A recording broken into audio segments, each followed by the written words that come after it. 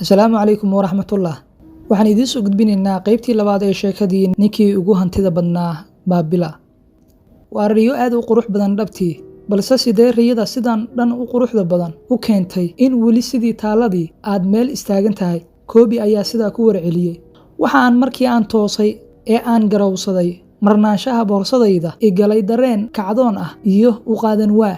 Bal aynu isla eegno labadeena iyo nolosheena sida ay tahay. Badmaaxyada ayaa yiraahda isku dooni ayaan saarannahay.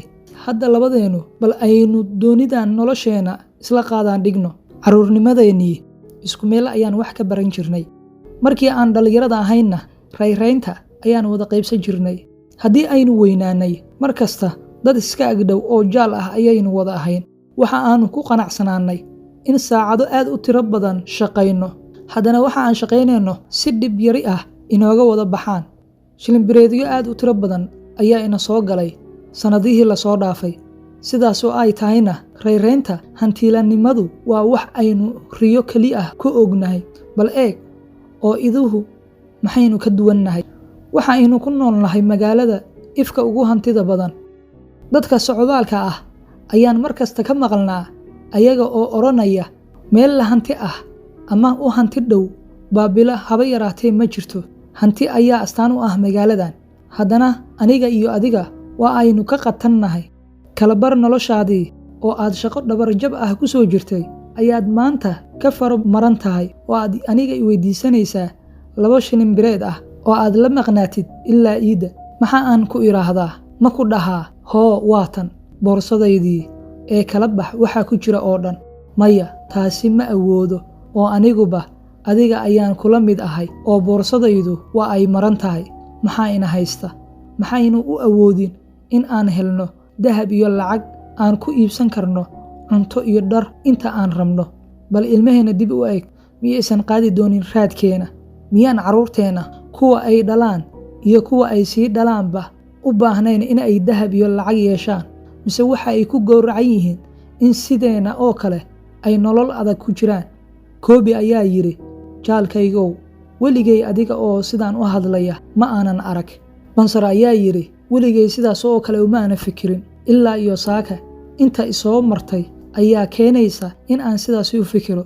Weligay waxaan ku dhabar jabaa in aan sameeyo karneeto kuwa ugu tayada fiican, aniga oo aan filanayo in maalin uun boqorada iyo dadka aan u sameeyo garowsan doonaan howlkarnimadayda, kadibna aan abaalgud ku heli doono. Maalintaas ma aha mid weligeed la arkay. Ugu dambeyntii hadda waxa aan ogsoonahay in aysan maalintaasi weligeed dhici doonin.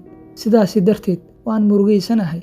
Waxaan rabi lahaa in aan ahay nin qiimo leh. Waxa aan jeclaan lahaa in aan xoolo iyo beero yeesho, in dhar kuwa ugu wanaagsan iyo shilinbireedyo aan yeesho. Waxa aan diyaar u ahay in aan qabto wax walba oo sidaasi aan doonayo aan ku heli karayo. Waxa aan filayay in aan abaalgudka bedelkiisa aan helo, balse ma dhacdo marnaba. Xagee la inaga haystaa? Aan mar labaad ku weydiiyey, maxaa inoo diiday in aan barwaaqada iyo dahabka hantiilayaashu haystaan aan annaguna qayb ka leenahay? Koobi ayaa yiri, ma aniga ayaa kaaga warcelin kara weydiintaadaas? Koobi ayaa hadalkiisa sii watay, aniguba ma aniga ayaaba wax ku dhaama.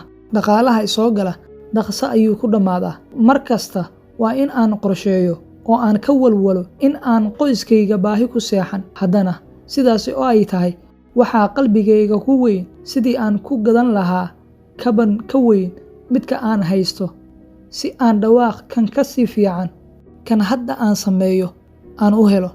Haddii aan heli lahaa kabankaasi weyn, waxa aan samayn lahaa codad aan weligiis boqorku maqlin. Bansir ayaa yiri, waad u qalantaa inaad kabankaasi heshid. Ma jirto cid Baabila ku nool oo kaa cod macaanaan ama kaa hees wanaagsanaan lahayd. Waxaa hubaal ah in boqortooyada dhami codkaaga aad uga bogaan, balse sidee ku heli kartaa kabankaas haddii labadeenuba aynu nahay saboolo sida addoommada oo kale ah? Bal shanqartaasi dhegayso, waa kuwan. Waxa uu farta ku fiiqayaa safaf dhaadheer oo wada addoommo feero qaawan ah, kuwaasi oo dhididaya, mid kastana uu sido haan biyood weynaatay. Waa 5 saf oo ishareer socda, mid kasta uu culays dartii la soo gudmay. Eeg ninkaasi xooga ka muuqdo ee hor socda. Koobi ayaa tilmaamaya horjoogaha addoommadu ay daba socdaan, balse asagu wax culays ah aan wadin. waa madax dhulkiisii jooga dheh. Mansir ayaa yidhi, rag badan oo xoog la eg ninkaasi ayaa safka ku dhex jira.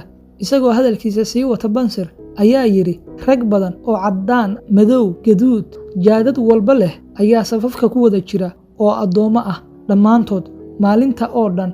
Sidaas ayay hore iyo gadaal ku dhinac dhaafayaan, ayaga oo sidaas u raran. Weligood sidaas ayay ku jirayaan, ayaga oo aan wax madax bannaani ah iyo raynrayn midba aanan haysanin. Sariiro ay ku seexdaan ma helaan, cunto macaanna lama siiyo.